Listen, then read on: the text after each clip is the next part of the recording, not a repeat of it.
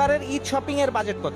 25-30 20,000-এর মতো, 30,000-এর মতো, এই তো 25,000-এর মতো। 20,000, তাও 10, তেমন না 10,000, প্রত্যেক বছর 12 করে 5,000, 6,000 এরকম। 8 থেকে 10। কার টাকায় শপিং হচ্ছে এবার? নিজের, বাবার, হাজবেন্ডের, সবার। ভাইয়া দিছে, আপু দিয়েছে, বাবা আর ভাইয়াই দেয়। ঈদে নিজের জন্য কত টাকা বাজেট করেছেন?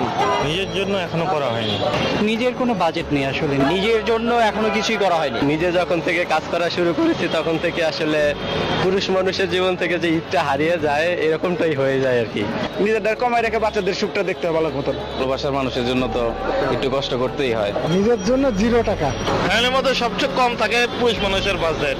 নিজের ফ্যামিলিকে আগে খুশি করার পরেই নিজের জন্য যা হয়। অনেক বছর যাবতই নিজের জন্য কখনো বাজেট করা হয় না। ঈদের জন্য নিজের শপিং বাজেট এখনো করা হয় নাই।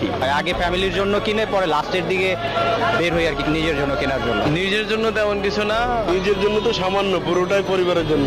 নিজের জন্য বাজেট আসলে তেমন কিছু নাই, ফ্যামিলির জন্য। নিজের এখনো কিছু করি না।